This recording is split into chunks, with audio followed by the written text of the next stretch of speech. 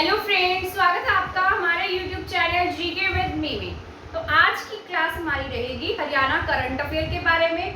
जैसा कि आपको पता है, पहले भी मैंने आपको हरियाणा करंट अफेयर की एक क्लास करा दी है। उसमें मैंने सूरजकुंड मेले के बारे में, खेलो इंडिया यूथ गेम्स के बारे में, पद्मश्री अवार्ड्स के बारे में, कॉमनवेल्थ गेम्स के बारे में, बजट के बारे में, इन सब के बारे में पढ़ा दिया था। यानी कि रिवीजन थी वो हमारी एक तरीके की।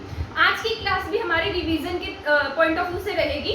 यहाँ पर मैंने कुछ क्वेश्चंस लिख दिए और मैंने इसको थोड़ा शॉर्ट फॉर्म में लिखा है ताकि बोर्ड के ऊपर बहुत ज्यादा क्वेश्चंस कवर हो सके, ठीक है। और मैं इसको अच्छे से आपको एक्सप्लेन करके पूरा बता दूंगी कि मैंने यहाँ पर क्या लिखा है, ठीक है। ये हमारी थोड़ी सी फास्ट रिवीजन रहेगी ताकि इस क्लास में हम ज्यादा से ज्यादा क्वेश्चंस को कवर अप कर सके। तो यहाँ पर कम से कम 19 to 20 क्वेश्चंस मैंने लिखे हैं। इस तरीके से मैं आज की क्लास में आपको 50 क्वेश्चंस कवर करा दूंगी, ठीक है। तो इसके बाद और जो क्वेश्चंस रह जाएंगे वो नेक्स्ट क्लास में कवर हो जाएंगे, ठीक है। तो शुरू करते हैं हमारी आज की क्लास का पहला क्वेश्चन। सबसे पहले ये जो करंट अफेयर रहेगा ना, ये आपका रहेगा जनवरी से सितंबर तक का, ठीक है। जनवरी 2022 से सितंबर 2022 तक का। आई होप आपको ये क्लास पसंद आएगी और ये आपके एग्जाम के पॉइंट ऑफ व्यू से क्वेश्चन जरूरी भी होंगे।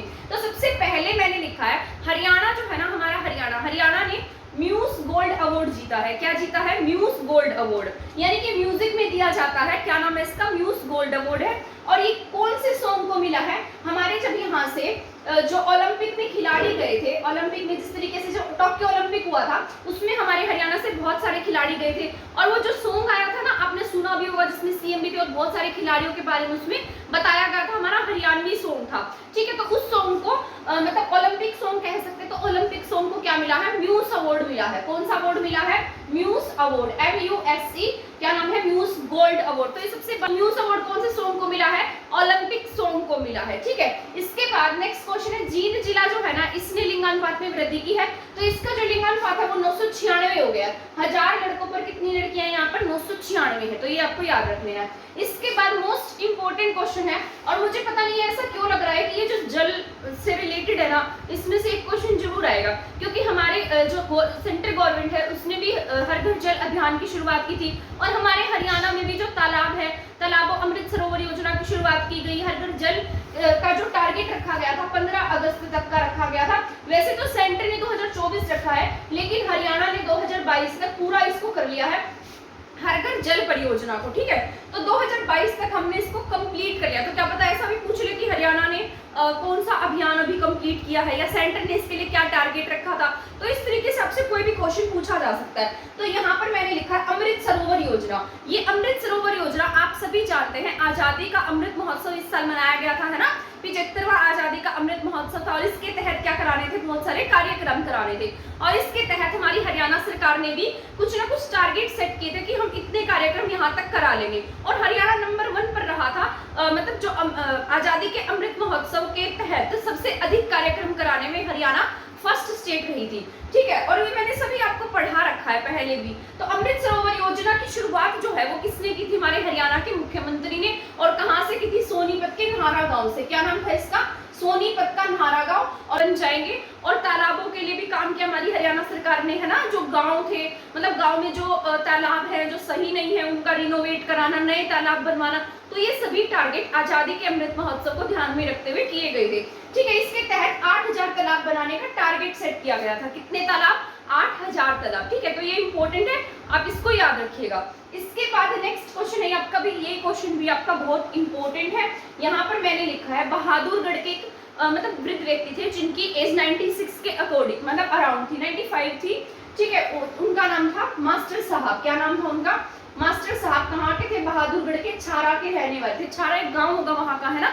तो बहादुरगढ़ के छारा के रहने वाले, नाम है मास्टर साहब। इन्होंने खेलो इंडिया गेम्स, खेलो इंडिया यूथ गेम्स अलग है और ये खेलो इंडिया गेम्स है, ठीक है। इसमें इन्होंने 100 मीटर दौड़ में क्या जीता? गोल्ड मेडल जीता है। क्या जीता इन्होंने?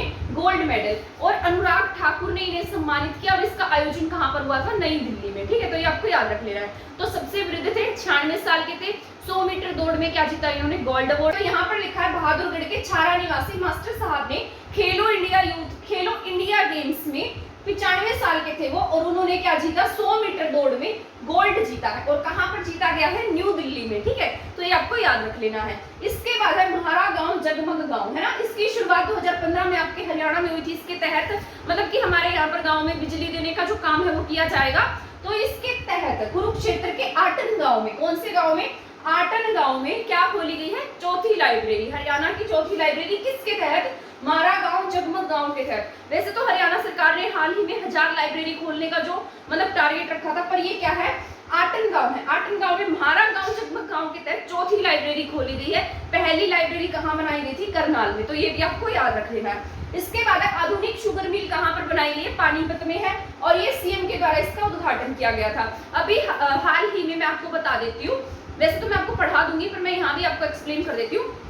पानीपत में आपके पराली से जो एथेनॉल प्लांट लगाया गया ना, वो भी आपके कहाँ लगाया गया है, पानीपत में। इसका उद्घाटन जो है वो वीडियो कॉन्फ्रेंस के जरिए हमारे प्राइम मिनिस्टर के द्वारा किया गया था, ठीक है। और प्राइम मिनिस्टर ने इसका जिक्र भी किया था, मतलब वीडियो कॉन्फ्रेंस के जरिए क्या किया गया, इसका उद्घाटन किया गया। इससे क्या होगा, मतलब इससे किसानों को बहुत अधिक प्रॉफिट होगा, पैसे भी दिए जाएंगे, मतलब इससे उनको उनकी जो पराली होगी वो भी खरीदेगी सरकार, और साथ के साथ प्रदूषण भी नहीं होगा, है ना। तो कितना बेनिफिट हो जाएगा हमारे हरियाणा को। इसके तहत आधुनिक शुगर मिल कहाँ पर स्थापित की गई है, पानीपत में। इसके बाद मैंने लिखा है पंचतंतु पार्क कहाँ बनाया जाएगा, ये पंचतत्व पार्क बनाया जाएगा करनाल में। कहाँ पर बनेगा, करनाल में, ठीक है। और गुरुग्राम में क्या बना है, अटल पार्क, ठीक है। अटल जी के जो अटल जी की जयंती थी, यानी कि 25 दिसंबर को हम क्या मनाते हैं, सुशासन दिवस मनाते हैं, है ना। और 23 जनवरी को हमने क्या बनाया, पराक्रम दिवस मनाया, जो सुभाष चंद्र बोस जी के जन्म दिवस के उपलक्ष्य में मनाया गया था, ठीक है।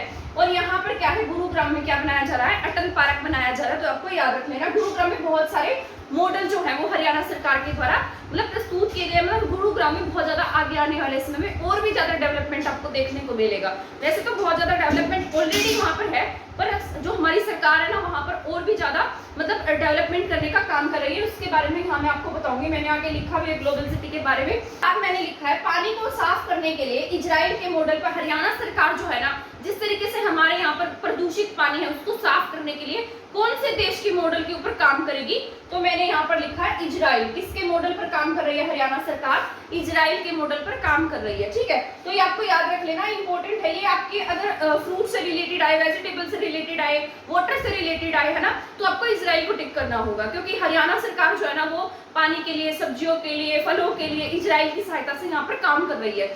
मतलब इजराइल हमारी हेल्प कर रहा है उन सब चीजों में, या उनके मॉडल पर हम काम कर रहे हैं। इसके बाद मैंने लिखा है सतोड़ा गांव। सतोड़ा गांव कहाँ का है, पेहोवा कुरुक्षेत्र का है, और इसको सरकार क्या बना रही है, हेरिटेज के रूप में विकसित कर रही है। आप वैसे भी जानते हैं कि पेहोवा में जो पिंडदान का काम है वो सब किया जाता है। पेहोवा में गुरुद्वारे है ना, तो कुरुक्षेत्र भी धर्म नगरी है वैसे आपकी।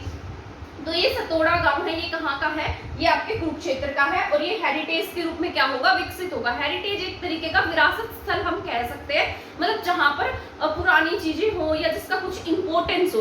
तो सतोड़ा गांव किसके रूप में विकसित किया जा रहा है, हेरिटेज के रूप में विकसित किया जा रहा है। और इसके साथ साथ एक क्वेश्चन और भी मैं आपको बता देती हूँ, मतलब जितने भी पॉइंट्स मुझे याद आते जाएंगे वो सभी मैं आपको बताती जाऊंगी। आप उसको या तो लिख लीजिएगा या याद रख लीजिएगा, ठीक है। और एक आपका जो बेरी झज्जर में है, बेरी गांव में भीमेश्वरी देवी मंदिर है ना, जो भीम ने जहाँ पर मूर्ति को स्थापित कर दिया था गलती से, और वहीं पर जो मतलब जो दुर्गा माता है उनकी जो फोटो थी वो वहीं पर ही स्थापित हो गई। उन्होंने भीम को कहा था कि मुझे रास्ते में नहीं रखना है, अगर तुम मुझे जहां भी रख दोगे मैं वहीं पर स्थापित हो जाऊंगी। तो वहीं पर क्या बन गया, भीमेश्वरी देवी टेम्पल बन गया था, है ना। तो भीमेश्वरी देवी टेम्पल को जो हमारी हरियाणा सरकार है वो हेरिटेज बोर्ड के रूप में विकसित कर रही है। अब जहां पर भी हेरिटेज बोर्ड बनता है ना, तो वहां पर ऐसा लगा लीजिए कि जो मंदिर होगा या फिर कोई भी स्थान होगा ना, वो बहुत बड़े स्तर पर काम करेगा। तो जिस तरीके से आपके शीतला माता है ना, जिस तरीके से मनसा देवी कॉम्प्लेक्स है, उन सब के लिए बोर्ड बनाए गए हैं। उन बोर्ड के अध्यक्ष कौन होते हैं, हमारे हरियाणा के सीएम होते हैं। उसी तरीके से भीमेश्वरी देवी मंदिर जो है आपके बेरी गांव में, उसको भी हेरिटेज के रूप में हरियाणा सरकार विकसित कर रही है, ठीक है। आई होप यहाँ तक के क्वेश्चंस आपको समझ में आ गए होंगे। सबसे पहले न्यूज अवार्ड किसने जीता, हमारे ओलंपिक सॉन्ग ने जीता है।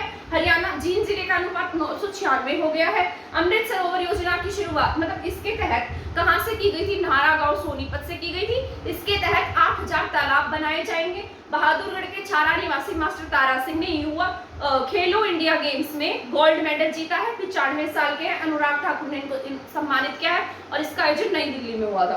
इसके बाद म्हारा गांव जगमग गांव के तहत आटन गांव कुरुक्षेत्र में क्या बनाई जाएगी, चौथी लाइब्रेरी खोली जाएगी। पहली कहाँ खोली गई थी, करनाल में। इसके बाद है आधुनिक शुगर मिल, कहाँ पर स्थापित की गई, पानीपत में, ठीक है। इसके बाद है पंचतंत्र पार्क है करनाल में, और अटल पार्क कहाँ पर है, गुरुग्राम में। ये याद रख लेना आपको, ठीक है। पानी साफ करने के लिए कौन से देश की पद्धति पर काम कर रहे हैं हम? इजराइल। इसके बाद मैंने लिखा है सतोरा गांव को हेरिटेज के रूप में हरियाणा सरकार क्या कर रही है? विकसित कर रही है। इसके बाद हमारा नेक्स्ट पॉइंट है, बहुत ही ज्यादा इंपॉर्टेंट है ये मैंने लिखा है मारुति सुजुकी खरखोदा में किस वर्ष तक पहली गाड़ी अपनी बना देगी। ठीक है, तो ये 2025 तक अपना जो काम है वो कंप्लीट मतलब कर देगी, पहली गाड़ी 2025 तक बनकर यहाँ तैयार हो जाएगी।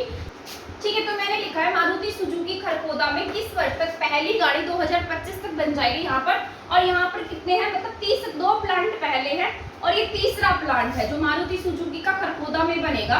वो कौन सा प्लांट है आपका? तीसरा प्लांट है। एक गुरुग्राम में, सबसे पहला गुरुग्राम में स्थापित किया गया था, उसके बाद मानेसर, और अब कहाँ पर बन रहा है? खरखोदा में। ठीक है, खरखोदा आपके कहाँ है? सोनीपत में है। और आप सभी जानते हैं खरखोदा क्या है? सोनीपत की SC रिजर्व सीट है, तो ये भी आपको याद रख लेना है। क्या पता आपके एग्जाम में ये भी पूछ लिया जाए, है ना।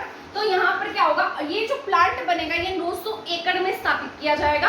उसमें से 800 एकड़ में क्या बनेंगी, यहाँ पर जो सुजुकी की कारें हैं वो बनकर तैयार होंगी, और 100 एकड़ में यहाँ पर क्या बनेंगी? बाइक्स भी बनेंगी। ठीक है, पहले तो ये कार ही बनाता था, अब यहाँ पर 100 एकड़ में मतलब बाइक भी बनाएगा ये। ठीक है, तो यहाँ पर क्या है, 800 एकड़ में कार और 100 एकड़ में बाइक बनेगी। 2025 इसका टारगेट रखा गया है। ठीक है, प्लांट क्या है? तीसरा प्लांट है। और हरियाणा सरकार ने ऐसा कहा है कि मतलब जो ये प्लांट होगा ना, इससे बहुत सारे लोगों को क्या मिलेगा?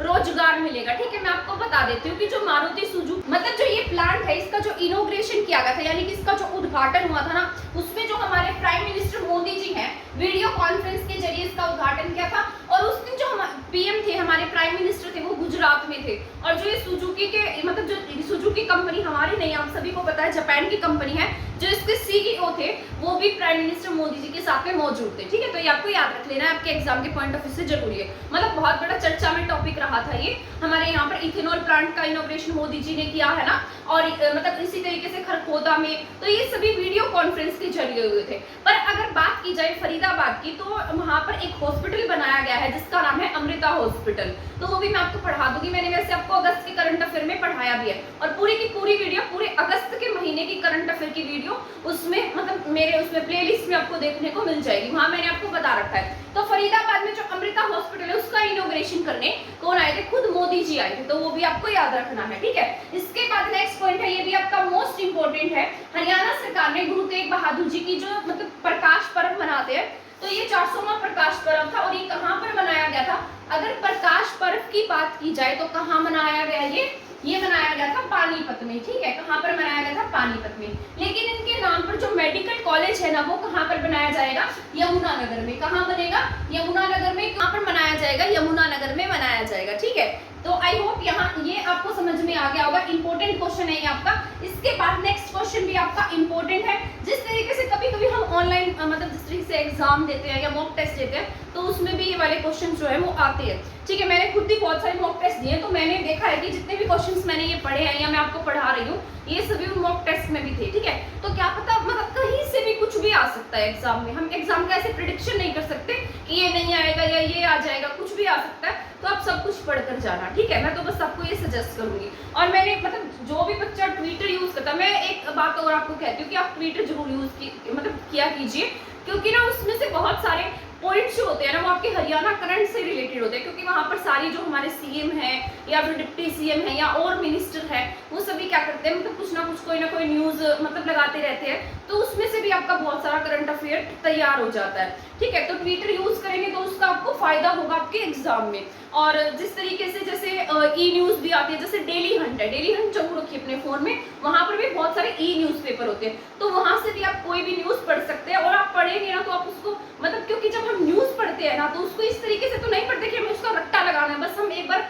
थ्रो आउट कर देते हैं कि हाँ हमने ये पढ़ा हुआ है। और जब हम एग्जाम में बैठेंगे, ऑप्शंस देखेंगे, तो हमें वो याद आ जाएगा कि हमने वहां पर पढ़ा था, और हम उसको आसानी से क्या कर देंगे, टिक कर देंगे, है ना।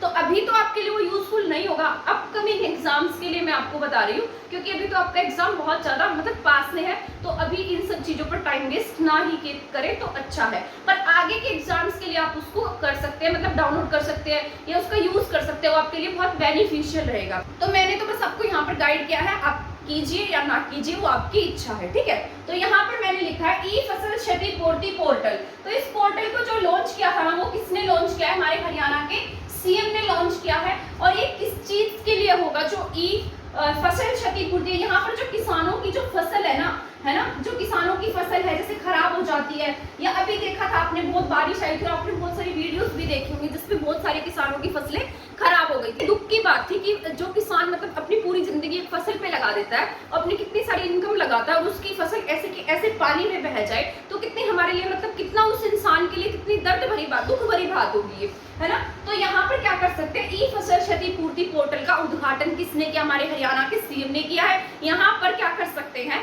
जिसकी भी फसल खराब होती है वो इस पोर्टल पर जाकर शिकायत दर्ज करवा सकता है और इस पर वही इंसान शिकायत करा सकता है जिसने मेरी फसल मेरा ब्यौरा के तहत रजिस्ट्रेशन करा रखा है। किसके तहत, मेरी फसल मेरा ब्यौरा, तो इसके तहत जिसने अपना रजिस्ट्रेशन इस पर करा रखा है वही क्या करेगा, यहाँ पर अपना मतलब जो अपनी कंप्लेन है वो रजिस्टर करा पाएगा। और इस पोर्टल का जो लॉन्च है वो कहाँ से किया गया था, चंडीगढ़ से इसको लॉन्च किया गया था, तो आपको ये याद रख लेना है। इसके बाद नेक्स्ट पॉइंट है शहद मंडी बनाई जाएगी कुरुक्षेत्र में। ये किसके द्वारा कहा गया, जेपी दलाल के द्वारा।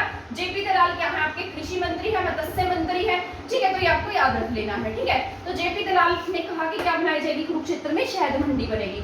8वीं सब्जी एक्सपो कहाँ पर आयोजित की गई, 8वां सब्जी मतलब एक्सपो कहाँ आयोजित किया गया, ये आपके घरोंडा में, घरोंडा कहाँ, आपके करनाल में है, ठीक है। और ये क्या है, जेपी दलाल ने, किसने कहा, ये जेपी दलाल ने इसका उद्घाटन किया था। ये यहाँ पर मौजूद थे जब ये इसका आयोजन हुआ था, ठीक है। तो 8वां सब्जी एक्सपो है।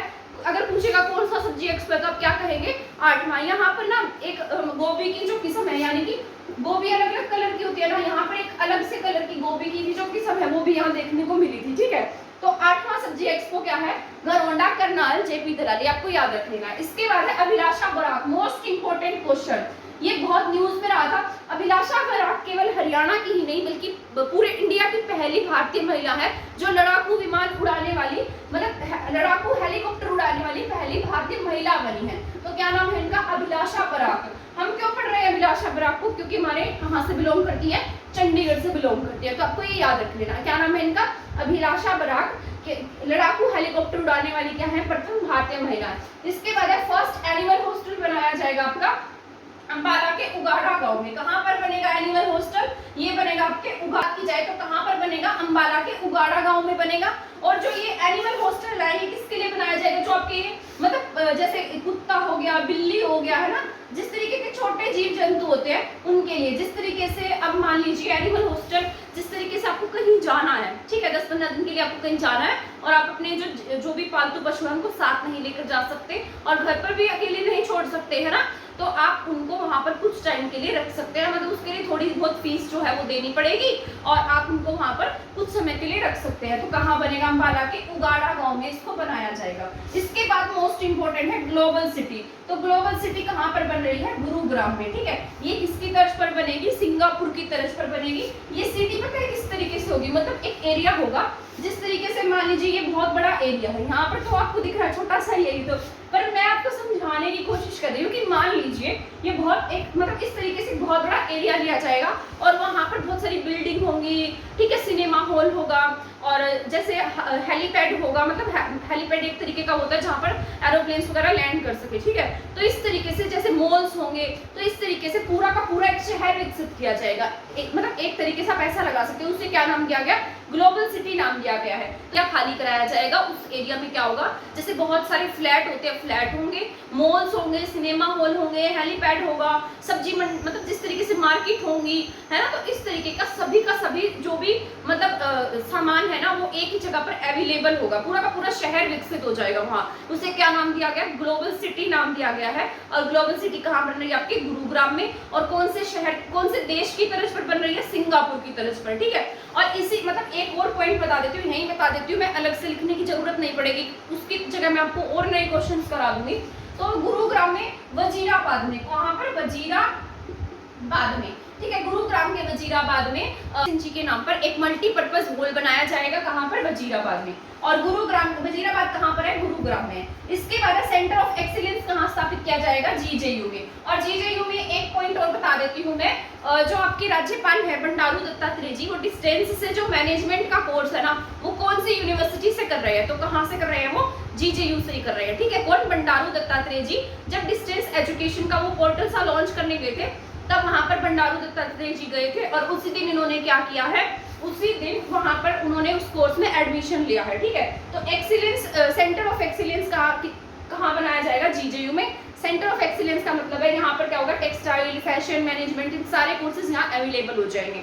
ठीक है, अब है दृष्टिहीन बच्चों के लिए जो हॉस्टल है ना, वो कहाँ बनाया जा रहा है, रोहतक में बनाया जा रहा है। ठीक है, तो ये सभी पॉइंट्स आई होप आपको समझ में आ गए होंगे। इसके बाद तो मैंने यहाँ पर लिख ही दिए थे, तो इसके बाद 20 तक क्वेश्चंस और लिख देती हूँ। अगर तो इसके बाद और क्वेश्चंस भी मैं यहाँ राइट डाउन कर देती हूँ जो आपके एग्जाम के पॉइंट ऑफ व्यू से जरूरी है, और 1-2 क्लासेस और बना दूंगी, उसमें आपका current affair most of complete हो जाएगा। ठीक है, क्या पता इसमें से कोई क्वेश्चंस आपको देखने को मिल जाए। मैंने तो अपने पार्ट पर पूरा आपको इंपॉर्टेंट जितने पॉइंट्स है ना वो कराने की कोशिश की है। अब वो तो एग्जाम वाले पर डिपेंड करता है ना कि वो कहाँ से कौन से क्वेश्चंस करा एग्जाम में सेट करता है। ठीक है, बट ये मुझे लगता है कि ये क्वेश्चन जो है ना वो आपके इम्पोर्टेंट है, बट फिर भी आप किसी बुक में से भी इनको पढ़कर चले जाना, क्योंकि बिना बुक के आप इसको याद नहीं कर पाएंगे। ठीक है, तो इसको मैं आगे लिख देती हूँ। इसके बाद मैंने कुछ क्वेश्चंस यहाँ पर लिख दिए हैं।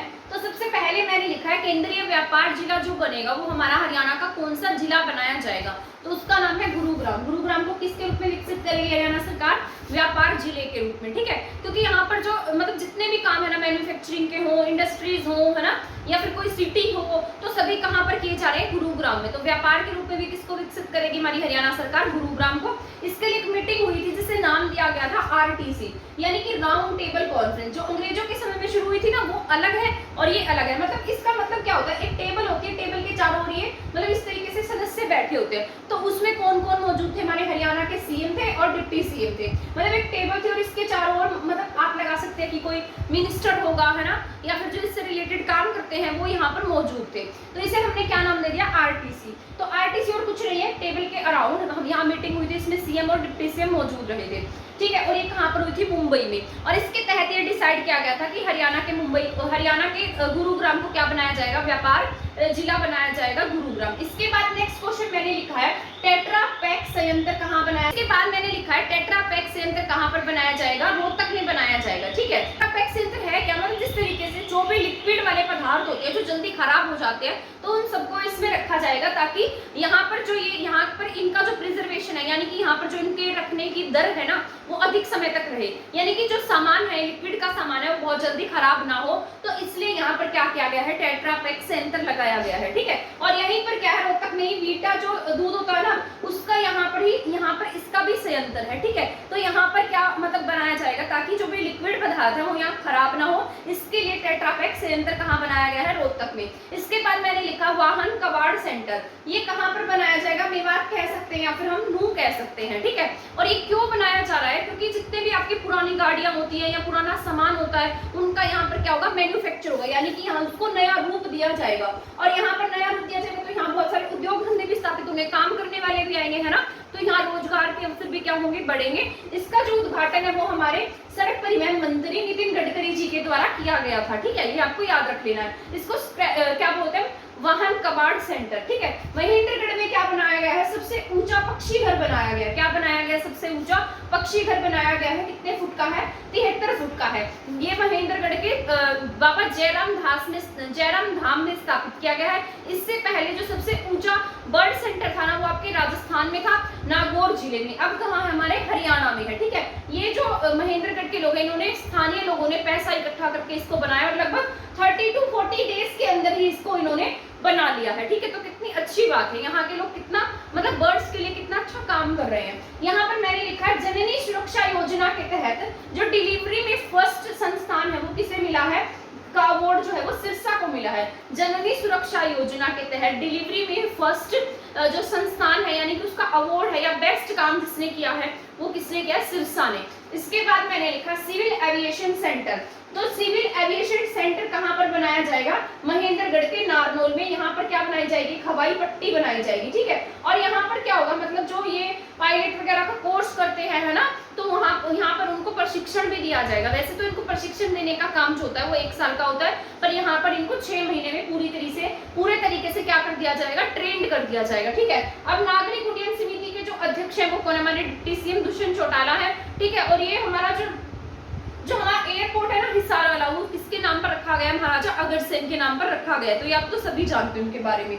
इसके बाद मैंने लिखा है पहला जैविक उत्कृष्टता जैविक उत्कृष्टता सेंटर, ठीक है। तो ये कहाँ पर स्थापित होगा? आपके अटेली में। अटेली कहाँ है? आपके महेंद्रगढ़ में है। अभी हाल ही में प्राकृतिक जो खाद है ना उसको बढ़ावा देने के लिए एक मीटिंग हुई थी या फिर एक मतलब एक आयोजन हुआ था, वो कहाँ था? कुरुक्षेत्र में था, कुरुक्षेत्र के गुरुकुल में हुआ था, ठीक है। रिसेंट का टॉपिक है, अगस्त का जो करंट अफेयर कराया मैंने उसमें सारा बता रखा है, ठीक है। यहाँ पर मैंने लिखा है राखी गढ़ी, ये आपका बहुत इंपॉर्टेंट है एग्जाम के पॉइंट ऑफ व्यू से, क्योंकि अभी हाल ही में राखी गढ़ी में बहुत अधिक खुदाई वगैरह का काम चल रहा था और यहाँ पर बहुत सारी चीजें भी मिली हैं, ठीक है। उसी तरीके से यहाँ पर जो नरकंकाल मिले हैं उनकी क्या की जा रही है? डीएनए टेस्टिंग होगी, जिससे ये पता लगाया जाए कि कितने पुराने हैं, ठीक है। तो जो डीएनए टेस्टिंग होगी ना वो कहाँ कहाँ पर होगी? तो वो 3 जगह पर होगी, 2 तो विदेश में और एक हमारे इंडिया में, ठीक है। 2 विदेश कौन से? एक तो दक्षिण कोरिया है, एक अमेरिका है और एक हमारे इंडिया का लखनऊ है। तो यहाँ पर इन नरकंकालों की क्या की जाएगी? डीएनए टेस्टिंग की जाएगी, जिससे कि ये पता लगाया जा सके कि ये जो नरकंकाल है ये कितने पुराने हैं। इसके साथ साथ जो राखी गढ़ी है ना, यहाँ पर मतलब जो संग्रहालय होता है, राखी गढ़ी को एक संग्रहालय या म्यूजियम के तहत मतलब म्यूजियम के रूप में विकसित किया जा रहा है। तो कौन कर रहा है इसको विकसित? हमारी हरियाणा सरकार कर रही है, जिससे कि यहाँ पर क्या होगा? जितना भी पुराना सामान है वो सब यहाँ पर रखा जाएगा, या यहाँ से जो सामान मिला है वो सभी राखी गढ़ी के म्यूजियम में रखा जाएगा। और यहाँ पर एक किड्स जोन भी बनाया जाएगा, जिसके तहत मतलब जिस किड्स जोन क्या होता है, जैसे हम कहीं घूमने जाते हैं तो साथ में बच्चे भी होते हैं, कई लोगों के साथ में बच्चे होते हैं, तो बच्चे उनको पूरी तरीके से मतलब ये चीजें होती है इनको देखने नहीं देते हैं, तो वहाँ पर एक किड्स जोन होगा, बच्चे वहाँ पर खेल सकेंगे और यहाँ पर जो भी उनके पेरेंट्स वगैरह वो इन चीजों को अच्छे से देख सकेंगे, ठीक है। तो यहाँ पर क्या बनेगा? किड्स जोन बनेगा, कहाँ पर? राखी गढ़ी में। और राखी गढ़ी में ही क्या बन रहा है? यहाँ पर डीएनए टेस्टिंग हुई है। राखी गढ़ी से खुदाई के दौरान बहुत सारे अवशेष मिले हैं, सोने के ढेर मिले हैं, मतलब सोने की रेत के थोड़े बहुत कण मिले हैं, कंकड़ वगैरह मिले हैं, मोती मिले हैं, तो इस तरीके का सामान यहाँ से मिला है, ठीक है। इसके बाद मैंने लिखा है बाबू बाल मुकुंद पुरस्कार, ये आपका इंपॉर्टेंट है, ठीक है। तो बाबू बाल मुकुंद पुरस्कार आपकी बार किसे मिला है? डॉक्टर कृष्णलता यादव और डॉक्टर कमलेश मलिक। तो दोनों के वाले हैं, एक कृष्णलता है और एक कौन है? कमलेश है। तो ये आपको याद रख लेना है, क्या है? कृष्णलता और कमलेश, ठीक है। इसके बाद मैंने लिखा है गुरुद्वारा प्रबंधन नियम। आपने अभी हाल ही में सुना होगा कि गुरुद्वारे को लेकर मतलब कुछ मीटिंग्स हुई थी या कुछ मतलब जिसके तहत हमारे हरियाणा के जो सीएम है वो 2-4 मतलब बहुत सारे गुरुद्वारों में माथा टेकने भी गए थे। तो जो सिख कमेटी के लोग थे उन्होंने जो हमारे हरियाणा के सीएम है उनका धन्यवाद भी किया था। तो सुप्रीम कोर्ट जो है ना उसने इस अधिनियम को क्या ठहरा दिया? वैध ठहरा दिया। इसके तहत ये होता था कि जो गुरुद्वारे होते थे ना, ये जो कमेटी बनती थी उसके हमेशा अध्यक्ष पंजाब से बनते थे, तो हरियाणा के लोगों को भी उतना ही इसमें अधिकार दिया जाएगा। तो ये कौन सा अधिनियम था? 2014 का। कहाँ का था? 2014 का था। तो इसको सुप्रीम कोर्ट ने क्या कहा है? वैध ठहराया है, ठीक है। इसके बाद राज्य स्तर का जो श्रमिक डे है वो कब कहाँ मनाया गया? गुरुग्राम में। और कब मनाया गया है? 17 सितंबर को। ये भी मैंने आपको पढ़ाया था, कब मनाया गया? 17 सितंबर को। तो ये आपको याद रख लेना। ये भी आपका बहुत ही ज्यादा इंपॉर्टेंट पॉइंट है। इंटरनेशनल गीता महोत्सव कहाँ पर मनाया गया, ठीक है। जो आपका इंटरनेशनल स्तर का गीता महोत्सव है वो मनाया गया आपके कनाडा में, ठीक है। कनाडा में। कनाडा की कैपिटल क्या है? ओटावा। और कब से कब तक मनाया गया? 16 से 18 सितंबर तक, ठीक है। तो यहाँ पर एक मतलब यहाँ पर जो कनाडा की संसद है ना, वहाँ कनाडा की संसद में एक लाइब्रेरी है, उस लाइब्रेरी में किसे रखा गया? हमारी गीता को रखा गया, ठीक है। तो ये हमारे लिए बहुत प्राउड की बात है। तो हमारे जो धार्मिक ग्रंथ गीता है उसे कहाँ रखा गया है? कनाडा की लाइब्रेरी में रखा गया है। आर्ट ऑफ लिविंग सेंटर बनाया गया है यहाँ पर, ठीक है। तो ये सभी जो जितने भी गीता से रिलेटेड काम है, आपकी बार पूछेगा तो कहाँ हुए? कनाडा में हुए हैं। इसके बाद है हमारे हरियाणा में मोस्ट इंपोर्टेंट 8 नए उपमंडल बने हैं। तो कौन से हैं? एक तो है उसमें से भवानी खेड़ा। भवानी खेड़ा कहाँ का है? ये है आपके भिवानी का, ठीक है। Bhawani Khera SC reserve seat भी आपके एमएलए की। इसके बाद है मानेसर। मानेसर कहाँ है? आपके गुरुग्राम में। इसके बाद है जुलाना। जुलाना कहाँ? आपके जींद में। फिर है नीलोखेड़ी। नीलोखेड़ी कहाँ है? आपके करनाल में है। इसके बाद है छछरौली। छछरौली आपके यमुनानगर में, जिसे हम क्या कहते हैं? हरियाणा का चेरापूंजी। इसके बाद है इसराना। इसराना कहाँ का है? पानीपत का है। पानीपत की एससी रिजर्व सीट है। इसके बाद है नांगल चौधरी। नांगल चौधरी जहाँ के बाबा रामदेव है, ठीक है, महेंद्रगढ़ में। इसके बाद लिखा है कलानौर। कलानौर रोहतक का है, ये भी क्या है? एससी रिजर्व सीट है। शकुंतला खट्टक यहाँ से विधायक बनती है, लगातार 3 बार विधायक बनती आ रही है। कांग्रेस से है, बहुत ही उम्दा एमएलए है, ठीक है। वो बहुत अच्छा काम करती है, तभी वहाँ के लोग उन्हें मतलब लगातार वहाँ उन्हें एमएलए बनाते आ रहे हैं, है ना। तो ये आपके इंपॉर्टेंट है। इसके बाद है हरियाणा कौशल रोजगार निगम लिमिटेड के सीईओ कौन है? तो इनका नाम है मकरंद पांडुरंग। क्या नाम है?